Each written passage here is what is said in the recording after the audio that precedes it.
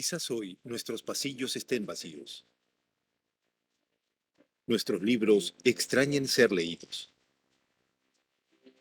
Nuestro auditorio, sus grandes conferencias. Nuestras aulas, su participación en el aprendizaje. Pero la Escuela Nacional de Control no se detiene. Transformamos la metodología de aprendizaje.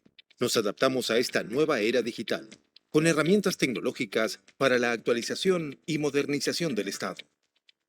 Lanzamos nuestra maestría en control gubernamental en modalidad virtual, con el respaldo de la Contraloría General de la República del Perú y reconocido por la SUNEDU. Capacitamos al Sistema Nacional de Control con una innovadora metodología de enseñanza para fortalecer el proceso de aprendizaje a través de aulas invertidas. Realizamos eventos virtuales de manera constante y transmitiendo conocimientos a los servidores públicos y fiscalizadores. Componentes nacionales e internacionales que comparten sus experiencias y conocimientos en la gestión pública. Organizamos mesas de concertación con escuelas del Estado y la red digital con las escuelas de posgrado para la mejora de la calidad de la educación virtual a nivel internacional. Este esfuerzo nos permite continuar con la formación de fiscalizadores, funcionarios y servidores públicos en beneficio de la ciudadanía. Seguimos adelante. Escuela Nacional de Control. Formamos creadores de valor público.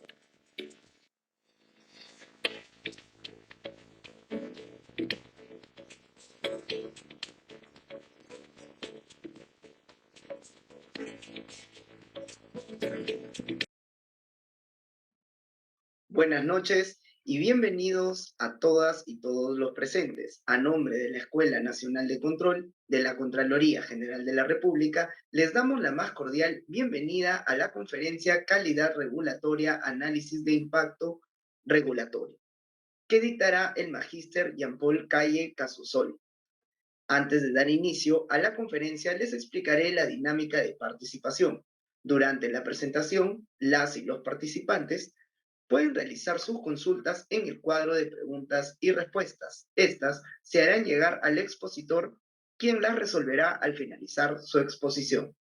A continuación, iniciamos la conferencia Calidad Regulatoria y Análisis del Impacto Regulatorio a cargo del magíster Jean-Paul Calle Casusol, quien es licenciado en Derecho por la Universidad de San Martín de Porres, máster en Regulación por London School of Economic and Political Science del Reino Unido, es consultor de diversas entidades públicas y privadas, así como de organismos de cooperación internacional como la Cooperación Alemana al Desarrollo GIS, Banco de Desarrollo para América Latina, CAF, y Banco Interamericano de Desarrollo, BID, en temas de mejora regulatoria.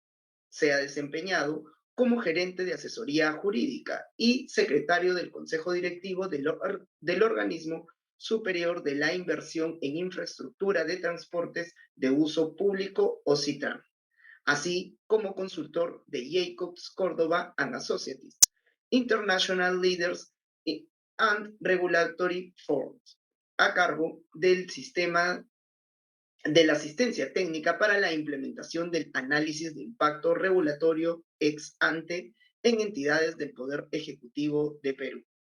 Actualmente es director ejecutivo en Smart Regulation Perú y profesor en el programa de especialización de análisis de impacto regulatorio de la Universidad del Pacífico. Muy buenas noches, señor Jean-Paul Calle. Bienvenido y adelante con su presentación. Muchas gracias, muy buenas noches a todos. Quiero hacer un agradecimiento muy especial a la Escuela Nacional de Control por invitarme a participar en este seminario, en esta conferencia sobre calidad regulatoria y análisis regulatorio. Y bueno, y también agradecer a todos los participantes que están conectados en este momento a través de la transmisión en vivo. Voy a proceder a compartir mi pantalla para eh, iniciar la presentación. Muy bien. ¿Me pueden confirmar si pueden ver la presentación, por favor? Correcto, la vemos. Muy bien, gracias. Bueno, cuando uno habla de este tema de calidad regulatoria y análisis de impacto regulatorio, hay que hacerse previamente algunas preguntas básicas, ¿no? Para poder entender de mejor manera esta temática.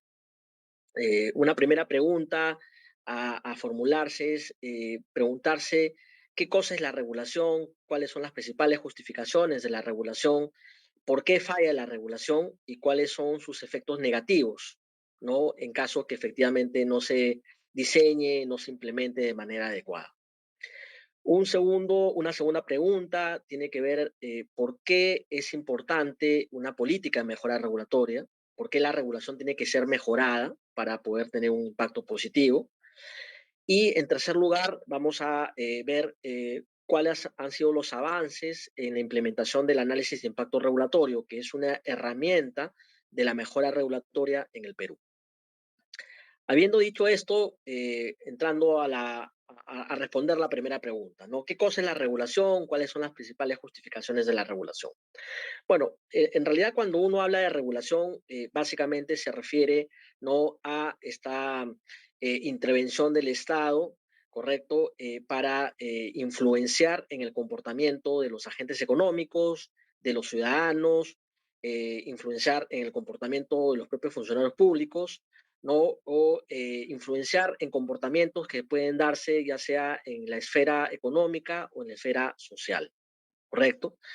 Y en ese sentido, uno puede clasificar cuatro tipos de regulación, ¿no? Lo que se conoce como la regulación económica, la regulación social, la regulación administrativa y la regulación contractual. No, muy brevemente paso a explicar cada uno de estos tipos de regulación. En caso de regulación económica, estamos hablando de aquella regulación que se aplica básicamente en el ámbito de los servicios públicos, como por ejemplo telecomunicaciones, saneamiento, energía, gas, infraestructura de transporte, porque normalmente en ese tipo de mercados, ¿no?, regulados, digamos, existe o hay la presencia en algunos casos de lo que se conoce como los monopolios naturales, en otros casos de estructuras de competencia menos intensiva, que requiere que el Estado intervenga ¿para qué? Para poder, por ejemplo, regular tarifas, estándares de calidad de servicio, inversiones, ¿no? De tal manera que para este tipo de mercados, ¿no? Digamos, la normativa ha previsto una intervención del Estado un poco más intrusiva en la medida que se controlan aspectos que en una situación de mercado o mercado en competencia, digamos, los propios agentes económicos lo regularían de manera directa, como es el caso de los precios o la calidad de servicio. En ese tipo de mercados requieres a un organismo regulador, como por ejemplo CIPTEL, SUNAS, o Sinermin o Citran, que intervienen para qué? Intervienen para regular justamente tarifas, calidad de servicio y disciplinar el comportamiento del monopolista que está prestando el servicio público a los usuarios. Entonces, ahí tenemos un primer tipo de regulación, que es la regulación económica. La justificación que está detrás de eso, nuevamente, son la existencia de monopolios naturales o de mercados con una menor intensidad competitiva, donde no es posible que exista una plena competencia, por ejemplo, entre agentes económicos. Luego tenemos lo que se conoce como la regulación social. Regulación social, estamos hablando nuevamente de la intervención del Estado para proteger un determinado interés público. En este caso, por ejemplo, estamos hablando del interés de los consumidores, del medio ambiente, de la seguridad y salud en el trabajo, ¿no? O de otros bienes jurídicos tutelados por la normativa. En este caso, ¿no? Se requiere la intervención del Estado justamente para proteger ese interés público en la medida que no exista regulación. Por ejemplo, en materia de seguridad y salud en el trabajo, se desprotegería a los trabajadores, se les causaría obviamente un daño en caso pues que no existiera una normativa de este tipo, ¿no? Y luego tenemos la regulación administrativa, ¿no? La regulación administrativa típicamente es la que se conoce como la regulación del propio Estado, ¿no? O sea, hay que regular al regulador, hay que regular al Estado porque evidentemente si no se regula al Estado puede haber espacios de una alta discrecionalidad que derive en una arbitrariedad en la toma de decisiones por parte del Estado, inclusive en situaciones de corrupción. Entonces, el propio Estado se autoimpone una serie de regulaciones, por ejemplo, en materia presupuestal, en materia de recursos humanos, no formalidades administrativas que se tienen que seguir en los trámites o procedimientos administrativos. En general, en cualquier tipo de ámbito en el que se desenvuelve el Estado en su toma de decisiones, hay regulaciones que se tienen que respetar. Y nuevamente esa regulación tiene como objeto no disciplinar el comportamiento del propio Estado. Y finalmente tenemos lo que se conoce como la regulación contractual, son regulaciones que están contenidas en lo que se conoce como los contratos de asociación público-privadas, los contratos de APP, en los que se busca regular pues, aspectos vinculados al diseño o construcción, operación o mantenimiento de infraestructuras, se regulan las tarifas, se regulan los indicadores de servicio, los niveles de productividad, se regulan las inversiones, ¿no?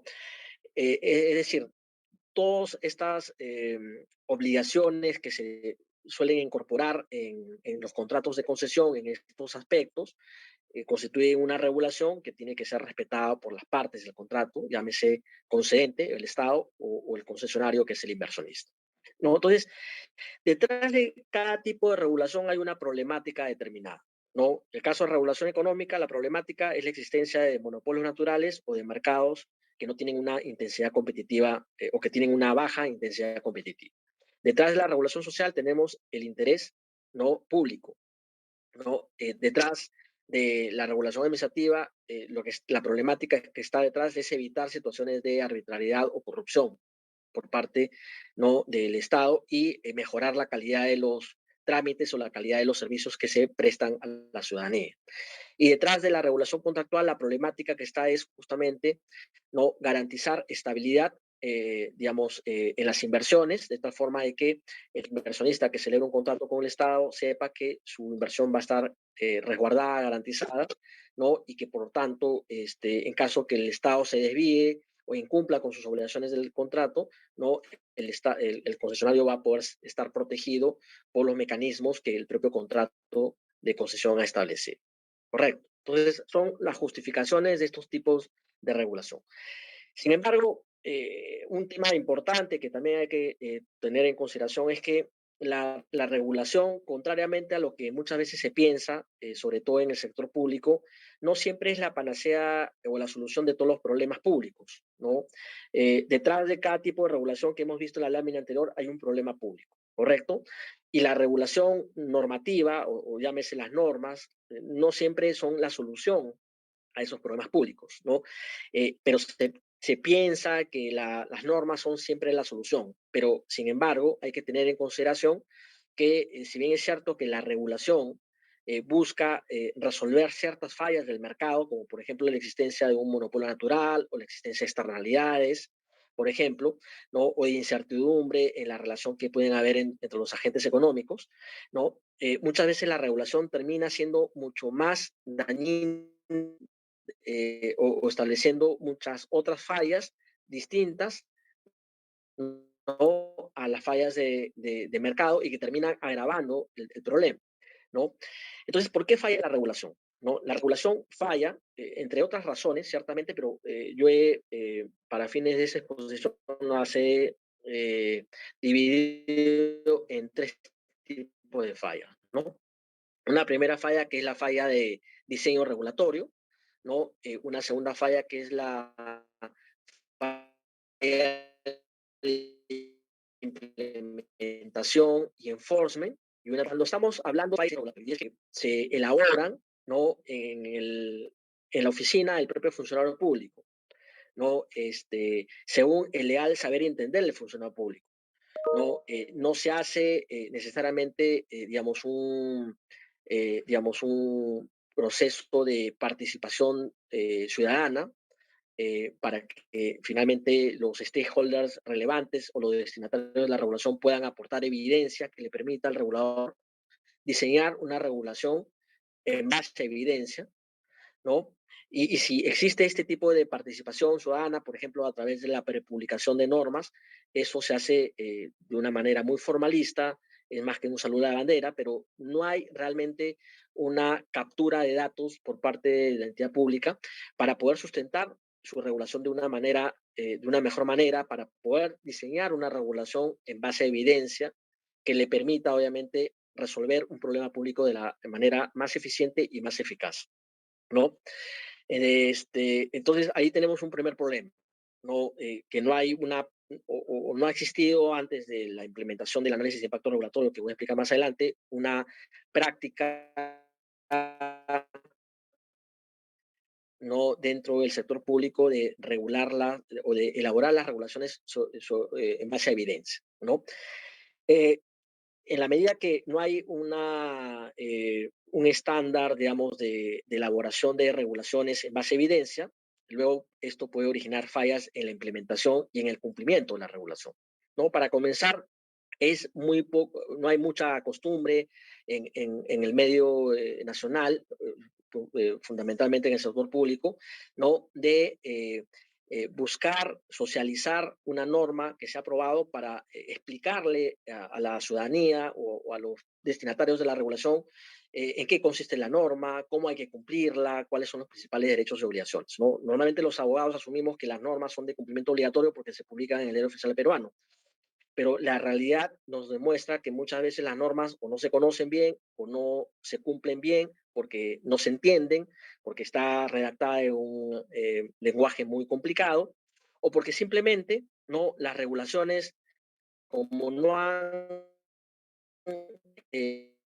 no se ha hecho un análisis de impacto, los agentes económicos o los ciudadanos prefieren incumplir la norma que cumplirla porque si la cumplen no les va a salir muy van a tener que asumir un costo alto de cumplimiento que requiere pues una mayor inversión, por ejemplo, si se trata de empresas, o requiere pues que el ciudadano tenga que, digamos, colocar dinero para efectos de poder justamente adecuarse a lo que la norma le está pidiendo. Entonces, en la medida que ese costo de cumplimiento no ha sido identificado, analizado de manera ex ante, luego hay problemas para el cumplimiento de esa norma, ¿no? Y finalmente tenemos una falla de monitoreo ex post. Digamos, de manera regular las normas se emiten, ¿no? Pocas veces se cumplen de manera adecuada, pero nunca existe una evaluación ex post de la norma para determinar si es que la norma realmente ha cumplido con el objetivo para el cual fue creado. Se supone que si se crea una norma, se crea una regulación estatal, es para que esa regulación ayude a resolver un problema público determinado. Entonces, deberá haber un monitoreo ex post para determinar si es que la norma realmente ha ayudado a resolver ese problema público. Pero no se tiene esa práctica en el medio, no se evalúan estas regulaciones para ver si es que se ha resuelto el problema público, para ver si es que se han obtenido los objetivos que se trazaron inicialmente. Y como consecuencia de esto, tenemos problemas de una existencia abundante de regulaciones, sobre regulación, inflación regulatoria, en donde los ciudadanos van a tener que cumplir con esas regulaciones, pero nadie sabe a ciencia cierta si realmente la regulación está sirviendo para algo, ¿correcto? Y una mala regulación tiene efectos, ¿no? No se puede asumir que la regulación no va a generar ningún efecto y con mayor razón una mala regulación va a generar efectos negativos, ¿no? En términos, por ejemplo, de afectar la inversión, la competitividad, crear obstáculos para crecer y crear nuevos negocios, barreras para digamos, la competencia en los mercados, trabas para la innovación, ¿no?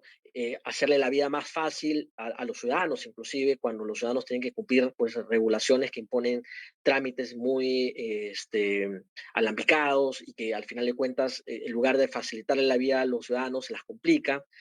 En suma, una mala regulación puede afectar pues, no solamente los mercados, el ámbito económico, sino también ¿no? La vida de los ciudadanos.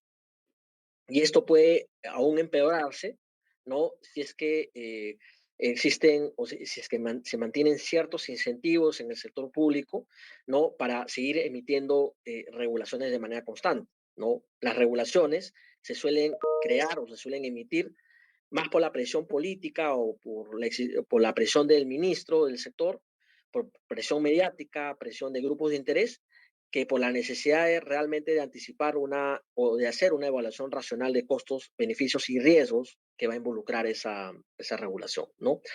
Hay una tendencia a generar regulaciones que además son restrictivas, ¿no? Costosas de cumplir, engorrosas, impredecibles, contradictorias muchas veces y que son muy castigadoras, ¿no?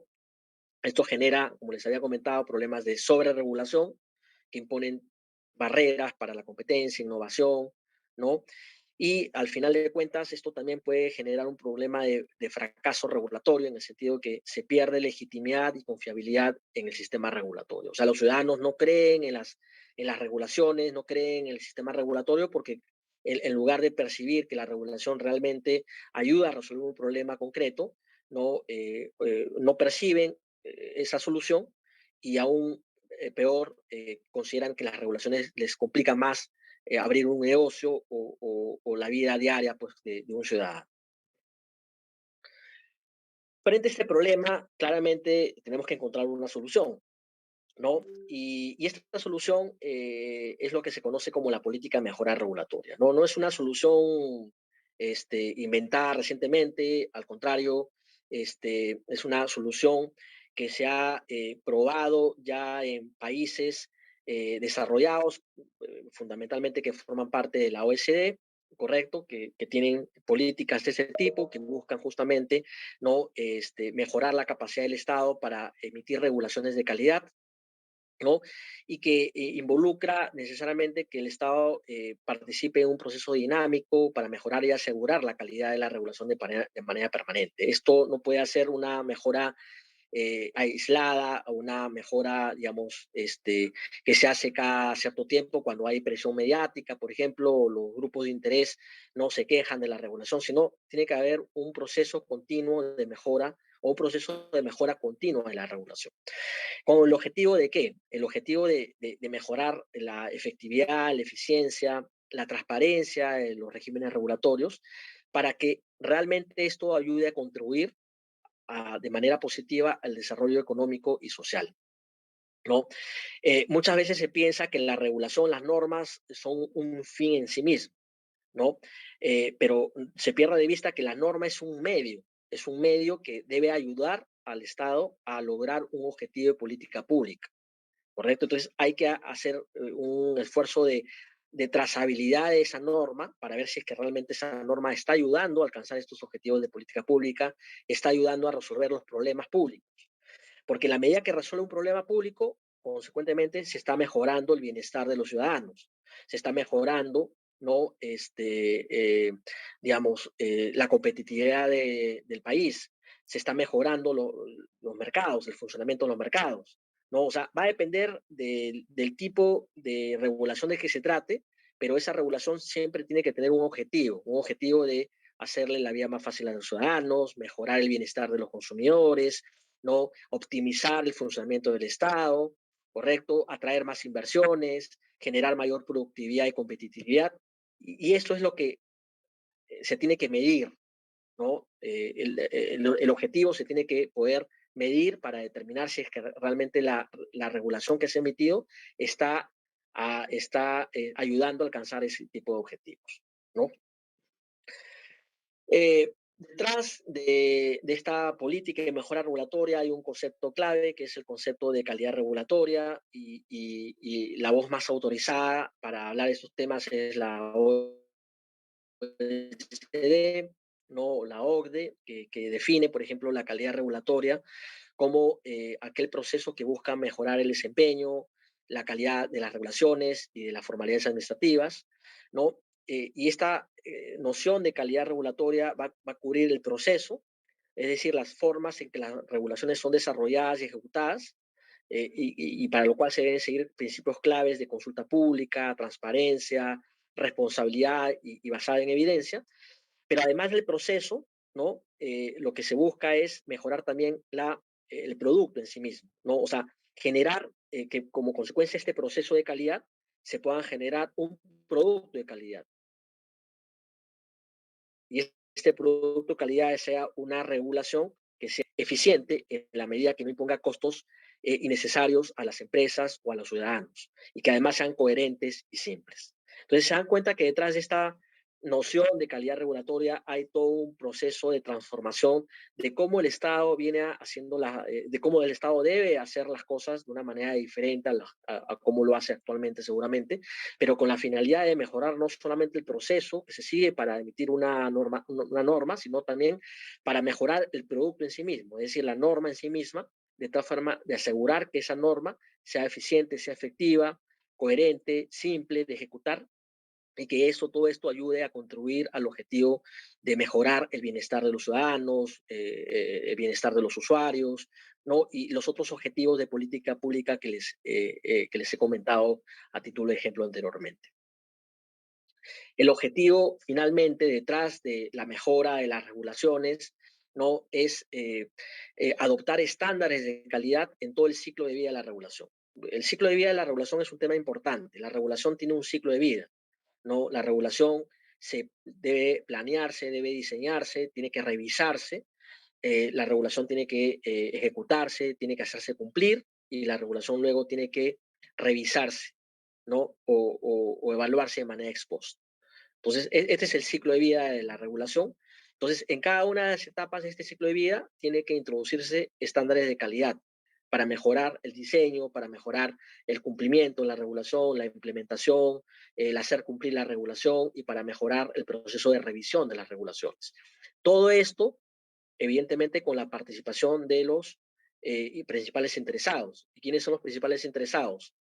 Obviamente los que van a estar afectados por la regulación, llámese gremios, empresas, consumidores, ciudadanos en general. Ellos tienen que tener la posibilidad y la capacidad de poder participar de manera activa en el proceso, ¿no? De diseño de una regulación y en cada una de estas etapas del ciclo de vida de la regulación. De tal forma que, ¿no? El regulador pueda capturar información, data, que le permita mejorar cada una de estas etapas del ciclo de la regulación en beneficio, obviamente, del ciudadano, ¿no? De lo que se trata o lo que se busca finalmente es que se diseñe a través de estas mejoras, ¿no? O de la implementación de estos estándares de calidad en el ciclo de vida de la regulación, se pueda diseñar soluciones que sean eficientes y efectivas para resolver problemas públicos reales, ¿no? Ustedes saben perfectamente que el Estado constantemente está buscando resolver problemas públicos. Y una de las herramientas que utiliza para eso son las normas. Bueno, lo que se busca es que estas normas realmente sea la solución más efectiva y más eficiente para resolver esos problemas de la mejor manera posible. Elementos de la mejora regulatoria para que realmente esto funcione, ¿no? Hay que tener una política, ¿no? Que debe consistir en el compromiso del más alto nivel institucional para la mejora regulatoria. Este compromiso tiene que estar formalizado en una disposición legal o normativa, ¿no? Tiene que haber una institucionalidad, o sea, tiene que haber creación de órganos internos, externos, que ayuden a supervisar de manera permanente la calidad regulatoria. Por ejemplo, puede haber un comité de mejora regulatoria, un comité de evaluación de análisis de impacto regulatorio, ¿no?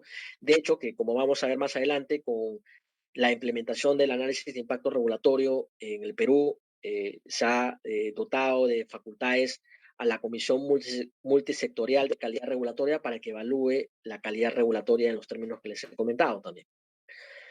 Y finalmente tiene que haber herramientas y procesos, ¿no? Tiene que incorporarse estos estándares de calidad en el ciclo regulatorio, entre ellos el análisis de impacto regulatorio, que les voy a explicar más adelante, pero también mejoras en simplificación administrativa, fiscalización bajo enfoque de prevención y gestión de riesgos, mejoramiento de la consulta pública y instrumentos de revisión o evaluación ex post de la regulación. Entonces, estos son los tres elementos básicos, ¿no? O mínimos que debería implementarse para que pueda funcionar, digamos, todo esa estrategia de mejorar las regulaciones de manera continua. Y bueno, ya pasando un poco a la experiencia en el Perú, ¿no? Ya hemos visto que existe una problemática de la regulación que se diseña, que se implementa de una manera inadecuada. Hemos visto que la solución es implementar toda una estrategia de mejora regulatoria, ¿no? Y en ese sentido, el Perú se ha unido a este esfuerzo de mejorar, ¿no? O de implementar esta estrategia de mejora regulatoria, ¿no? Esto comenzó en agosto del 2016, cuando, digamos, luego de formalizar las relaciones del país con la OECD, este organismo internacional emite un estudio sobre la política regulatoria del Perú. Brevemente les voy a explicar un poco más adelante en qué consiste o cuáles fueron los principales hallazgos de este estudio. Luego, en septiembre del 2018 se emite el decreto legislativo 1446 sobre modernización del Estado y luego el decreto legislativo 1448 sobre mejora de la calidad regulatoria. Ahí se comienzan a establecer ya las bases para luego la implementación del análisis de impacto regulatorio. En julio del 2019 hay un reporte de la OECD también sobre la implementación, experiencias de implementación del análisis de impacto regulatorio en el Perú. En abril del 2021 se emite el reglamento del decreto legislativo 1448 que desarrolla el marco y los lineamientos para la aplicación de la IR ex ante. En junio del 2021 se implementa, se aprueba un plan de implementación del análisis de impacto regulatorio para la Secretaría de Poder Ejecutivo. En julio del 2021 se aprueba el manual para la aplicación de la IR ex ante, se aprueban lineamientos de la agenda temprana, una guía de consulta pública, y en agosto del 2021 se da inicio a la asistencia técnica para 10 entidades pilotos. Bueno, acá falta todavía más, digamos, más actividades o acciones posteriores, porque luego de este último hito, bueno, la presencia del Consejo de Ministros ha aprobado manuales adicionales, entre los cuales están los manuales para el análisis de impacto regulatorio, perdón, la manual de metodologías para el análisis de impacto regulatorio, ¿no? Y de hecho que ya existe un grupo de entidades del Poder Ejecutivo con los que están en el proceso de aplicación obligatoria, correcto, del análisis de impacto regulatorio ex ante. Entonces, ya no estamos hablando de algo meramente teórico, ya como ustedes pueden ver desde el año 2016 hasta hasta el presente año, se viene invirtiendo en una serie de acciones encaminadas justamente a implementar el análisis de impacto regulatorio, la política de mejora regulatoria. Entonces, ya no es algo teórico, es algo de aplicación práctica en nuestro medio. Bueno, muy brevemente, este estudio de la OCDE sobre la política regulatoria en el Perú, hay un capítulo en donde básicamente este, habla sobre qué aspectos deberían considerarse para efectos de la implementación del RIA o del análisis de impacto regulatorio. RIA es el equivalente, es el concepto en inglés de lo que se entiende como análisis de impacto regulatorio, ¿no? Entonces, dentro de esos aspectos, se indica que las propuestas regulatorias y los análisis de impacto regulatorio tienen que ser publicados para conocimiento del público por un plazo no menor de 30 días. La consulta pública tiene que ser llevada a cabo de manera sistemática, en un estadio temprano del desarrollo normativo, así como una vez que las propuestas de norma y de análisis de impacto regulatorio se hayan elaborado. Los comentarios del público tienen que estar a disposición de todos los interesados para efectos de rendir cuentas. Se debe crear un sistema de planeamiento a fin de que la elaboración de nuevas regulaciones sea más predecible y transparente. Hay que evaluar la evidencia, el problema, los objetivos y las alternativas disponibles, ¿no? Y se debe promover el uso del enfoque de riesgos, ¿no? Fueron, digamos, que los principales aspectos identificados en este estudio elaborado por la OCDE. En ese contexto es que se emite, ya algunos años después, este decreto legislativo 1448, que introduce el concepto de mejora de la calidad regulatoria, y fundamentalmente el artículo 4, ¿no? Este, habla sobre o visualiza esta mejora de la calidad regulatoria como un proceso ordenado, e integral, coordinado, gradual y continuo, que está orientado a promover la eficiencia, eficacia, transparencia y neutralidad en el ejercicio de la función normativa del Estado. Fíjense que habla de la función normativa del Estado, ¿no? Fomenta o busca fomentar una cultura de gestión gubernamental centrada en el ciudadano, para lo cual la administración pública utiliza la regulación como un instrumento para alcanzar un objetivo de política pública. Busca que la regulación esté basada en evidencia, racionalidad, evaluación de sus posibles impactos y cargas administrativas, y su finalidad última es generar y facilitar el desarrollo integral y bienestar social. O sea, en este artículo no está de una u otra forma condensado todo lo que les he venido explicando anteriormente. No solamente el esfuerzo de mejorar el proceso de emisión de regulaciones, sino también el producto en sí mismo, ¿no? Mejorar, digamos, los estándares de tal forma que la regulación pueda ayudar finalmente a conseguir objetivos que faciliten el desarrollo económico y social, ¿no? Eh, este artículo, digamos que es la base de lo que se conoce como la política de mejora de la calidad regulatoria en el Perú, ¿no? Tenemos una política, ¿no?, que está explicada en este artículo 4, ¿no? Pero a su vez, el artículo 5 de este decreto legislativo recoge los instrumentos, ¿no? Los instrumentos entre los cuales está el AIR ex ante y el AIR ex post, ¿no? Bueno, adicionalmente al AIR ex ante tenemos la simplificación administrativa, el ACR, que es el análisis de calidad regulatoria, que también es un mecanismo actualmente vigente de simplificación administrativa. Tenemos la consulta, el costeo de regulaciones y trámites, revisión y derogaciones del marco legal. Entonces, el AIR es un instrumento de esta mejora de la calidad regulatoria, ¿no? También es importante mencionar que el reglamento del decreto legislativo 1446, que habla sobre el sistema administrativo de modernización de la gestión pública, introduce este concepto de calidad de las regulaciones, que es muy similar al artículo 4 del decreto legislativo anterior que les he comentado. O sea, busca básicamente poner énfasis en que el objetivo de la regulación debe ser generar y facilitar el desarrollo integral y bienestar social. Hay que evaluar y medir los impactos, reducir las cargas administrativas y los costos que se generen en los procedimientos administrativos, propuestas regulatorias o disposiciones normativas vigentes, ¿no? Luego se emiten también o se emitieron de manera complementaria los principios de actuación para la modernización de la gestión pública. Hay un lineamiento 6 importante que es emitir regulaciones de calidad. Y lo que dice es que, en síntesis, la modernización del Estado se debe fundamentar en una buena práctica regulatoria, caracterizada por analizar el impacto regulatorio, medir y optimizar las cargas administrativas, evaluar el desempeño de la regulación. A eso me refería con que hay que hacer una evaluación ex post de la regulación para ver si realmente la regulación ha sido óptima para resolver el problema público. A eso se refiere con evaluar el desempeño de la regulación, ¿no? Hay que generar regulaciones de calidad que tienen que ser proporcionales a los beneficios, flexibles, de modo tal que brinden a los reguladores un marco para la innovación y la eficiencia.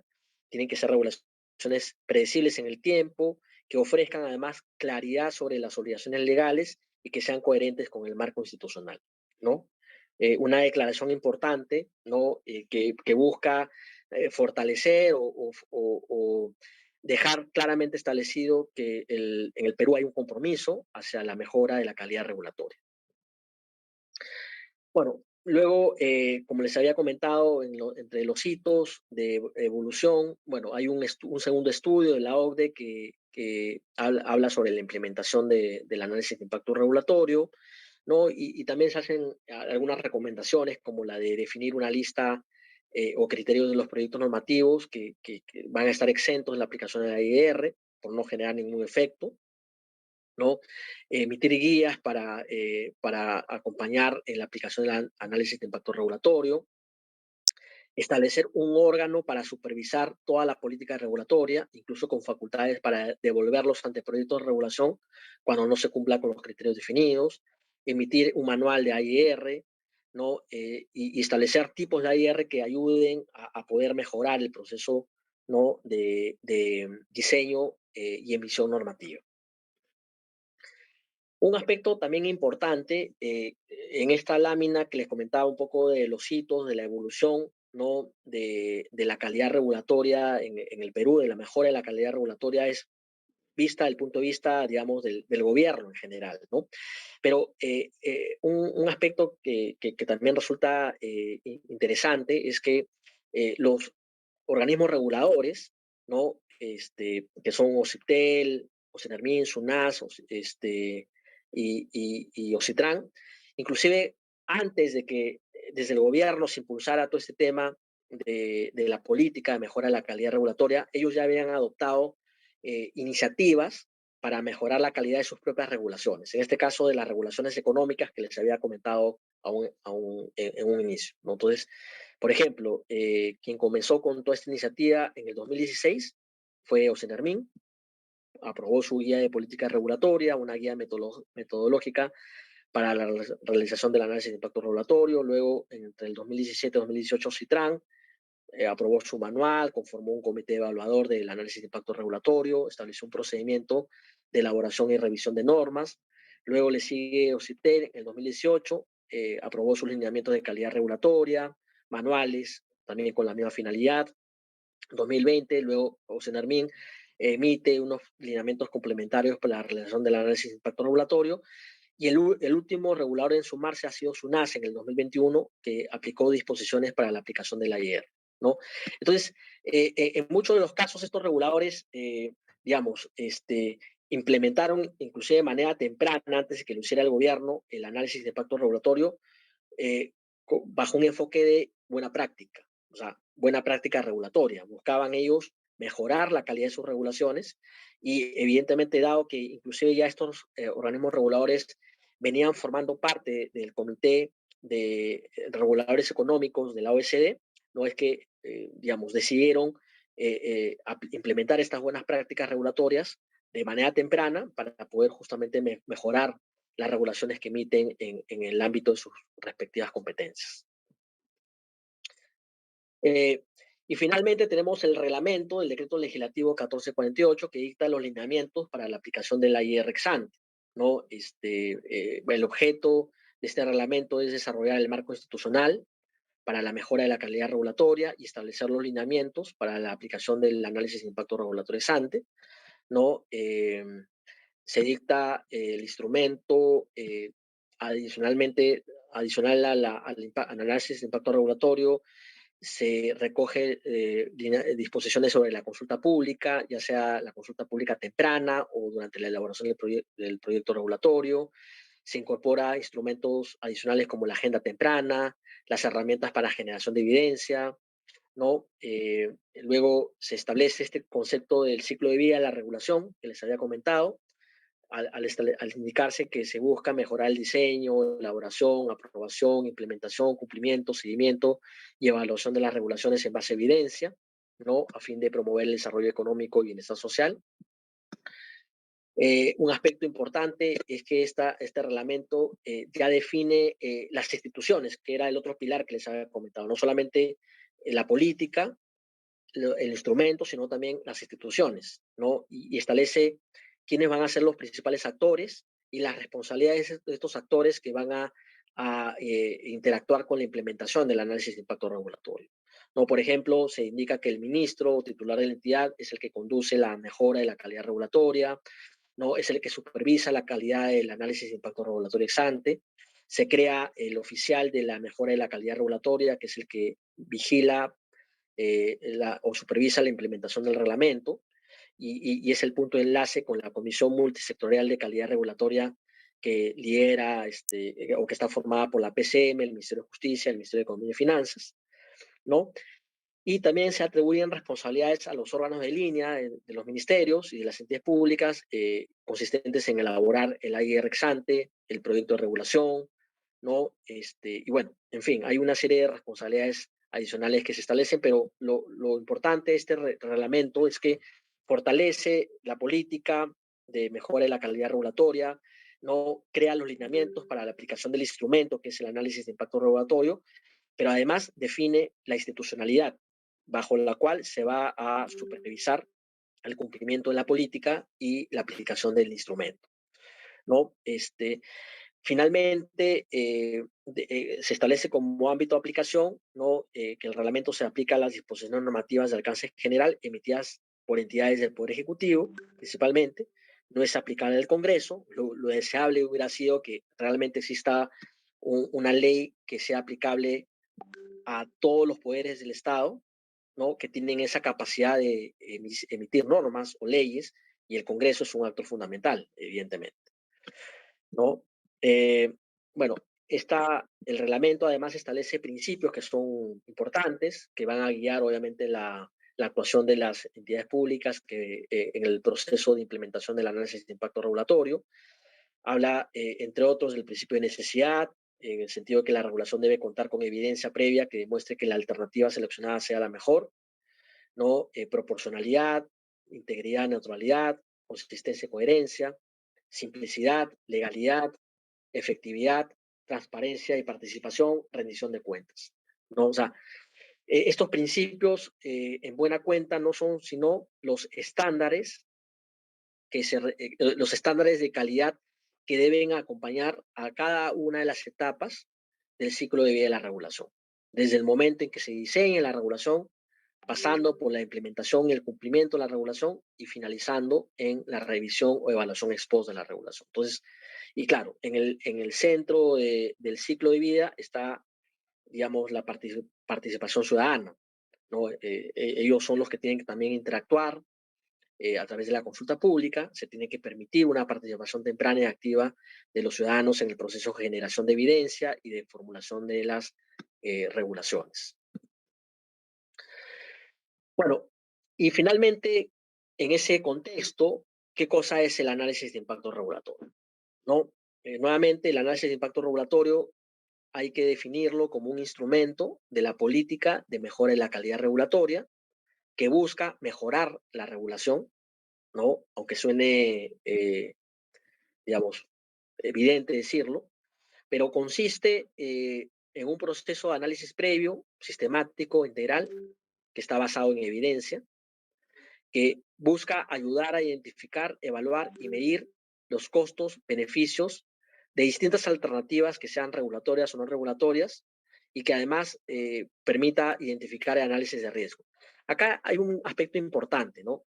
El análisis de impacto regulatorio no es una herramienta que busca justificar una norma, ¿no?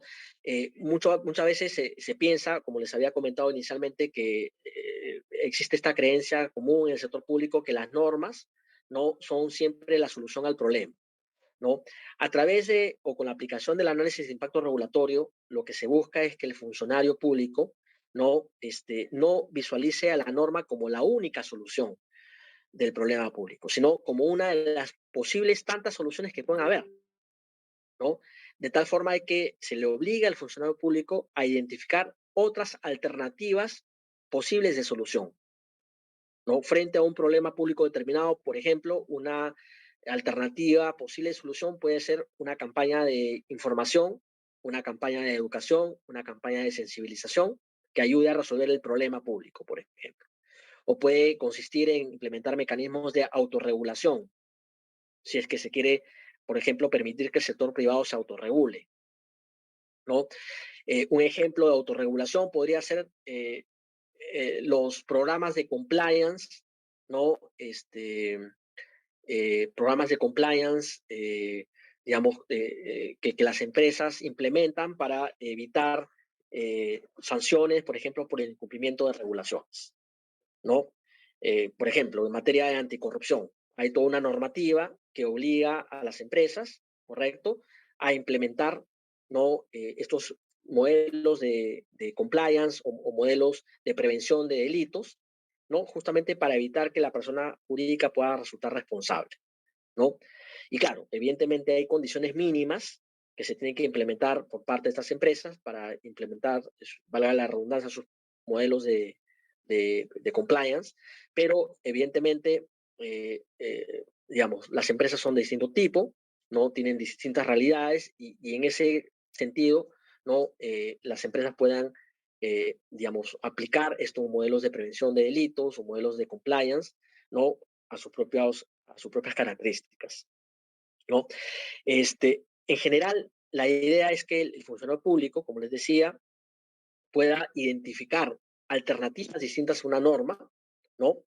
¿Para qué? Para que luego las pueda someter a un proceso de comparación y a un proceso de análisis de impacto, ¿no? Para ver cuál de todas estas alternativas de solución, incluida la norma, es la más eficiente y la más eficaz para resolver el problema.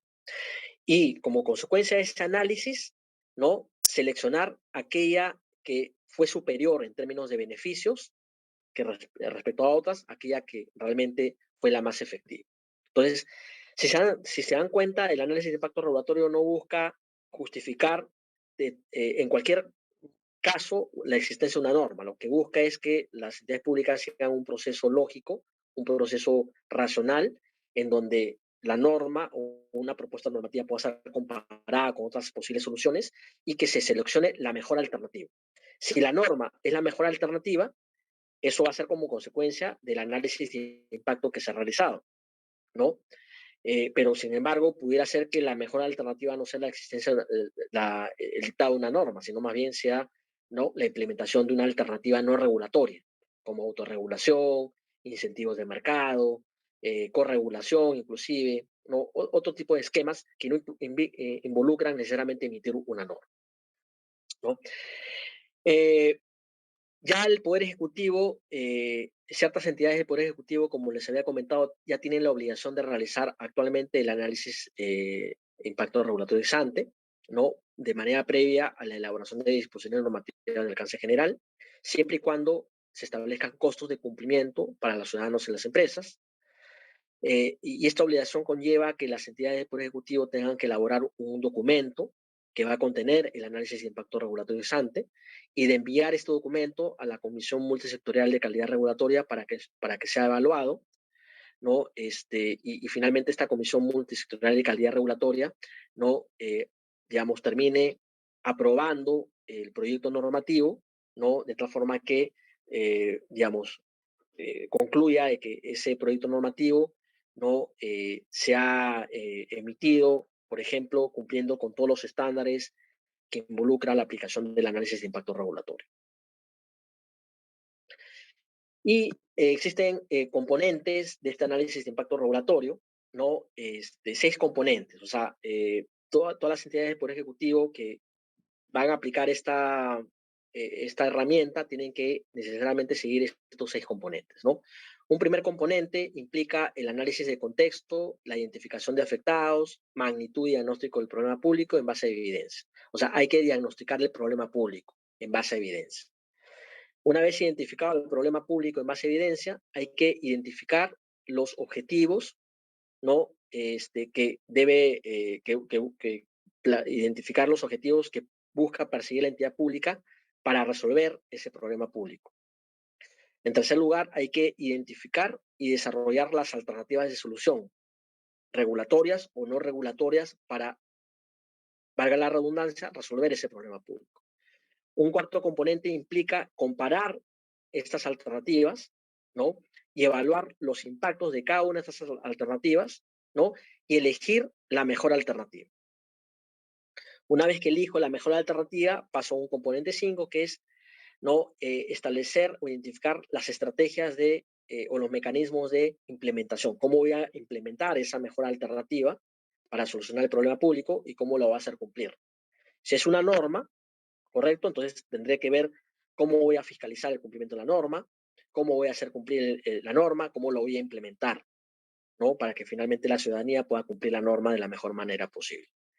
Y finalmente, tengo que implementar estrategias también o mecanismos de monitoreo o de evaluación ex post del cumplimiento de los objetivos regulatorios. O sea, tengo que, digamos, identificar cómo voy a medir la efectividad de la norma, qué indicadores voy a utilizar para cada cierto tiempo, por ejemplo, cada 3 años o 4 años, pueda determinar si la norma está siendo efectiva para resolver el problema público, si la norma está siendo efectiva en alcanzar los objetivos de política pública que justificaron su creación. ¿No? Entonces, en este componente, lo importante es trabajar en indicadores, que el tema no se quede solamente en la nebulosa de que se emite la norma y ya veremos en qué resulta. No, hay que establecer indicadores de seguimiento, de cumplimiento de esa norma y de efectividad de esa norma para ver si realmente al cabo de un tiempo la norma se justifica que siga existiendo. Si la norma realmente ha sido efectiva en resolver el problema, la norma tiene que seguir existiendo. Si la norma no ha sido efectiva en resolver el problema, por el contrario, ha agravado el problema o ha empeorado el problema, entonces esa norma tiene que ser, evidentemente, dejada sin efecto o tiene que ser modificada. Entonces, un poco esa es la razón de ser de este último componente. Pero como ustedes se pueden dar cuenta, ¿no? Cada uno de estos componentes lo que busca básicamente es no mejorar el ciclo de vida de la regulación, desde el momento en que se diseña la regulación, pasando por mejoras en la implementación de la regulación, finalmente, ¿no? En garantizar que cada cierto tiempo se haga una evaluación ex post de la regulación. Y en el centro del ciclo está la consulta pública, ¿no? O sea, la consulta pública, ¿no? Que debe implementarse justamente para garantizar una participación activa de los stakeholders o de los ciudadanos, consumidores, empresas, en el proceso justamente de diseño de la regulación. Y bueno, ya con esto finalizamos, ¿no? El tema de la implementación del análisis de impacto regulatorio es sumamente importante. Ya hemos visto las razones que avalan esta importancia, hemos visto por qué realmente debe mejorarse de manera continua, de manera permanente la regulación, ¿no? Esto no hay que verlo solamente como un fin en sí mismo, la regulación hay que mejorarla porque realmente es un mecanismo potente que puede ayudar al Estado a alcanzar objetivos importantes de política pública. Pero hay que hacerlo, hay que diseñar las regulaciones, hay que implementar las regulaciones de manera adecuada, de manera correcta. Sin embargo, esto requiere un cambio de cultura regulatoria, ¿no? Y ahí les muestro dos columnas, una del status quo y otra de la mejora regulatoria. Tenemos que pasar de un estado reactivo, un estado que interviene cuando el problema se agravó o cuando el problema no se ha solucionado, a un Estado que tiene que gestionar el ciclo regulatorio en su integridad, generando y utilizando evidencia, ¿no? Y esto es importante, por ejemplo, para que las entes públicas mejoren sus bases de datos, sus sistemas de gestión de la información, de tal forma que eso les ayude a utilizar evidencia para mejorar la formulación de sus regulaciones. Tenemos que pasar de un Estado que solamente usa la norma, que en este caso se llama comando y control, a un Estado que tiene que identificar, analizar y comparar distintas alternativas de solución y elegir aquella que sea más eficiente y efectiva. O sea, hay que quitarse ese chip de que la norma lo resuelve todo. No, muchas veces la norma puede empeorar el problema y por eso los funcionarios tienen que acostumbrarse a evaluar otras alternativas de solución de ese problema. Tenemos que pasar de un Estado que no controla el flujo de las regulaciones. O sea, las regulaciones se emiten todos los días. Si ustedes agarran el diario oficial peruano, todos los días se emiten regulaciones. Entonces tenemos que pasar de un Estado que no controla el flujo regulatorio a un Estado, ¿no? Que controla ese flujo regulatorio utilizando estándares de calidad, desde estándares analíticos, de usabilidad, o sea, en el diseño de las normas, inclusive hay que pensar en cómo mejorar cómo hacer que la norma sea entendida de mejor manera por el ciudadano, de a pie, ¿no? Cómo generar más transparencia, cómo generar más rendición de cuentas de las entidades públicas, cómo generar normativas que sean más coherentes y que además se siga un proceso ordenado. Hay que pasar de un Estado que le hace la vida difícil a los ciudadanos y a las empresas a un Estado que busca perfeccionar la gestión pública, que busca modernizar la gestión pública a través de un enfoque usuario-céntrico. O sea, las regulaciones tienen que ser diseñadas pensando en el ciudadano, no pensando en lo que en el bienestar del funcionario público, no pensando en cómo el funcionario público va a interpretar la norma o la va a aplicar. No, las normas tienen que ser diseñadas pensando en el ciudadano, en cómo le hacemos la vida más fácil al ciudadano. Hay que pasar de un Estado que no escucha a los grupos de interés, a los stakeholders, a un Estado que es abierto, inclusive a la co-creación a través de la consulta pública. La consulta pública, por cierto, la prepublicación de normas, que muchas veces se utiliza actualmente como una excusa muy formalista, ¿no? Hay que reenfocarla, ¿no? Para utilizarla como un verdadero instrumento de consulta pública en donde exista una participación activa de los ciudadanos y que ellos se involucren de manera activa, valga la redundancia, en la co-creación de las normas o la co-creación de las regulaciones, ¿no? De tal manera que exista esta pertenencia este sentido de pertenencia, inclusive de las normas, porque se les permitió a los ciudadanos no participar durante el proceso de diseño regulatorio. Pero esto requiere, evidentemente, no solamente un cambio de cultura regulatoria, requiere un cambio del enfoque de la relación que tienen las entidades públicas con los ciudadanos y con sus principales stakeholders, ¿no?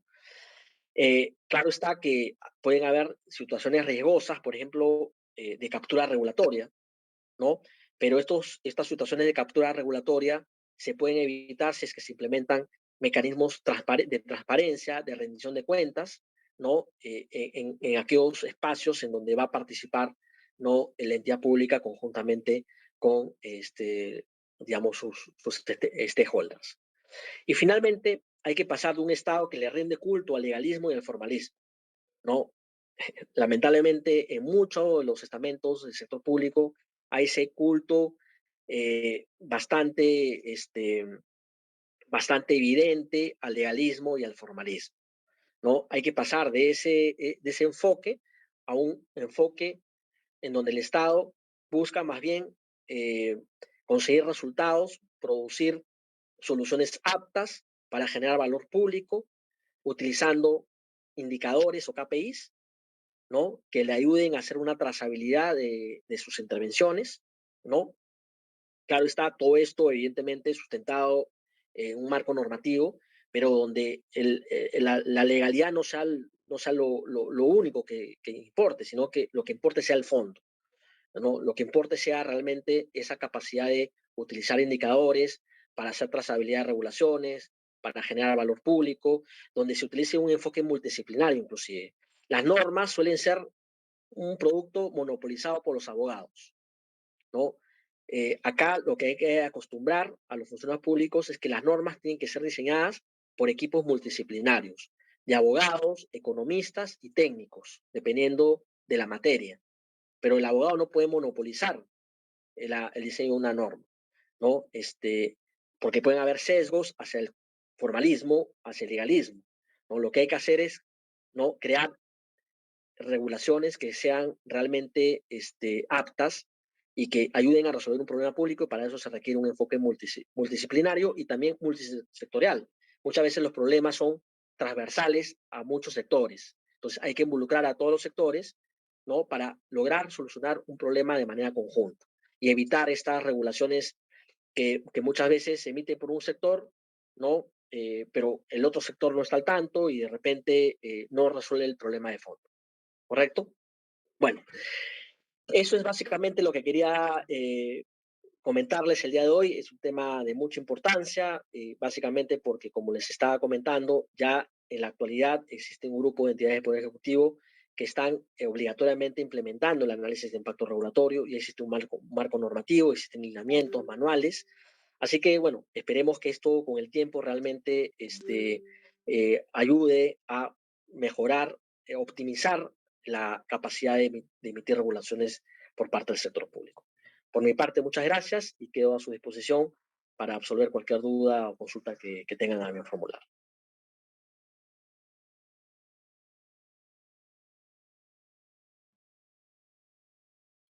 Muy bien, muchas gracias al señor Calle por su excelente exposición del día de hoy y como él bien nos ha comentado, vamos a dar pase al espacio de consultas y respuestas. Le pedimos, por favor, las vayan realizando en el cajón de preguntas y respuestas. Queremos informarles también que se está compartiendo en este momento en el chat una encuesta de satisfacción sobre nuestros eventos virtuales. Las y los invitamos a responder esta breve encuesta para continuar mejorando en nuestras actividades de capacitación. Es así entonces que vamos a dar pase a la primera consulta que nos ha llegado al chat y nos dicen lo siguiente. ¿Hay alguna sanción para las entidades que no informan sobre el logro de los objetivos regulatorios planteados? Ok, lo que hay que tener en presente es que esto es el proceso de implementación del análisis de impacto regulatorio es un proceso gradual, ¿no? Es un proceso que va a tomar muchos años. Cambiar la cultura regulatoria es un proceso que no se puede hacer de la noche a la mañana, es un proceso que va a tomar tiempo y por tanto no se puede, digamos, utilizar la sanción como único incentivo para obligar a que las entidades puedan de una u otra forma implementar de manera correcta esta herramienta, ¿no? Tiene que haber, por el contrario, mucha coordinación entre PCM, por ejemplo, el Ministerio de Economía y Finanzas y el Ministerio de Justicia con las entidades, ¿no? Que están ahorita en el proceso de aplicación obligatoria de esta herramienta. De hecho, que desde la PCM ha habido un trabajo muy interesante que ha involucrado capacitación a gran escala de estos funcionarios, ¿no? Asistencia técnica que les ha brindado para realmente que los funcionarios entiendan muy bien la aplicación de la herramienta y se sientan empoderados, ¿no? Y confiados en que van a aplicar adecuadamente la herramienta, ¿no? Ese es el proceso, ¿no? A lo mejor de ahí en unos años más, 5 años, 10 años, cuando veamos que la herramienta realmente ha funcionado, a lo mejor se pueden introducir otro tipo de incentivos, no tan, digamos, voluntarios, sino más bien incentivos más punitivos que obliguen a aquellas entidades a que realmente no, digamos, cumplan con las disposiciones, habiendo ya adquirido toda la experiencia necesaria para poder aplicarla de mejor manera. Pero por el momento no hay ese tipo de mecanismo de sanción. Muchas gracias y vamos con la siguiente consulta. ¿Qué organizaciones en nuestro país utilizan con eficiencia el análisis AIR ex ante? Bueno, eh, si bien es cierto que ya existe desde julio de este año la aplicación obligatoria de un grupo de entidades del Poder Ejecutivo, difícilmente todavía se puede determinar si la aplicación por parte de estas entidades se viene realizando de manera exitosa. Eso todavía se va a poder determinar con el tiempo, en algunos años más seguramente, ¿no? Pero quienes de una u otra forma ya tienen algún tipo de experiencia ya de años aplicando estas herramientas y con relativo éxito, ¿no? Vienen siendo actualmente los organismos reguladores, ¿no? Principalmente OCINERMIN, ¿no? OCITRAN y OCIPTEL, ¿no? Porque ellos ya han implementado estos manuales, estos lineamientos, inclusive con mucha anterioridad a la iniciativa adoptada por parte de, de la PCM, ¿no? Entonces, digamos que ahí, si uno comienza a investigar un poco más sobre la experiencia de estos reguladores, posiblemente vaya a encontrar algún tipo de experiencia positiva. Muy bien, muchas gracias por su respuesta. Vamos a seguir leyendo las consultas que nos vienen realizando y nos hacen la siguiente. ¿Cuál es la finalidad del AIR? ¿Existen cursos o programas para capacitarnos? Bueno, la finalidad del análisis de impacto regulatorio nuevamente es mejorar, ¿no? La calidad de las regulaciones. No solamente mejorar el proceso que se sigue para emitir una regulación, sino mejorar el producto en sí mismo, mejorar la regulación en sí misma, hacer que sea una regulación fácil de entender, fácil de aplicar, una regulación efectiva en el sentido que resuelva el problema público, una regulación que no imponga costos innecesarios, ¿no? Esa es la finalidad del análisis de impacto regulatorio. Por eso es que en el flujo que les había comentado de los pasos o los componentes, ¿no? Uno en cada componente tiene que hacer un análisis de problemas, objetivos, alternativas, impactos, cumplimiento y monitoreo ex post, justamente para garantizar que la regulación pueda ser diseñada, implementada de la mejor manera posible, o sea una regulación de calidad, ¿no? ¿Cuál era la segunda parte de tu pregunta? Disculpa. Si hay algún método para capacitarnos en el AIR. Ok. Bueno, en realidad, ahí yo considero importante, ¿no? El esfuerzo que se viene haciendo de la presidencia del Consejo de Ministros, ¿no? La presidencia del Consejo de Ministros, ¿no? Viene dando programas de capacitación a todas las entidades públicas, ¿no? Ellos ya tienen, digamos, formatos que han venido aplicando, ¿no? Talleres de capacitación, inclusive entiendo que son estos MOOC, digamos que son como estos formatos ya enlatados en donde se van, digamos, cualquier persona interesada puede acceder a esta capacitación en análisis de impacto regulatorio, ¿no? Eso desde el punto de vista del Estado, el punto de vista del ámbito universitario. Bueno, hay algunas universidades como la Universidad del Pacífico, por ejemplo, que dicta estos programas de capacitación en análisis de impacto regulatorio. Muchas gracias por sus amables respuestas y con ello hemos concluido entonces con la sesión de preguntas y respuestas. Queremos agradecer al señor Jean-Paul Calle Casusol por haber compartido su valiosa experiencia, conocimientos y tiempo, sobre todo con nosotros. Se les recuerda que se otorgará la constancia de participación a aquellos que hayan inscrito de forma correcta en la plataforma su correo y sus datos. Las constancias se enviarán a los correos electrónicos registrados en 25 días hábiles posteriores a la culminación de la capacitación. Hacemos énfasis en que las constancias son solo para aquellos que hayan asistido y permanecido durante toda la conferencia de esta noche. Señor Jean-Paul, no sé si querrá dar alguna última idea para concluir. No, muchas gracias a ustedes por la invitación y nada, siempre gustoso de poder justamente apoyarlos y ayudarlos, digamos, a poder entender o a que ustedes puedan comprender de mejor manera, ¿no? Qué significa el análisis de impacto regulatorio y todo lo que implica eso. Muchas gracias. Muchas gracias a usted también. Les informamos y los invitamos a compartir su experiencia sobre nuestras conferencias en la sección de opiniones de nuestro Facebook, lo que nos permitirá mejorar y continuar con estas sesiones gratuitas en beneficio del público en general. Muy buenas noches, señor Casusol, y muy buenas noches con todas y todos los presentes. Muchas Gracias. gracias. Buenas noches. Hasta luego.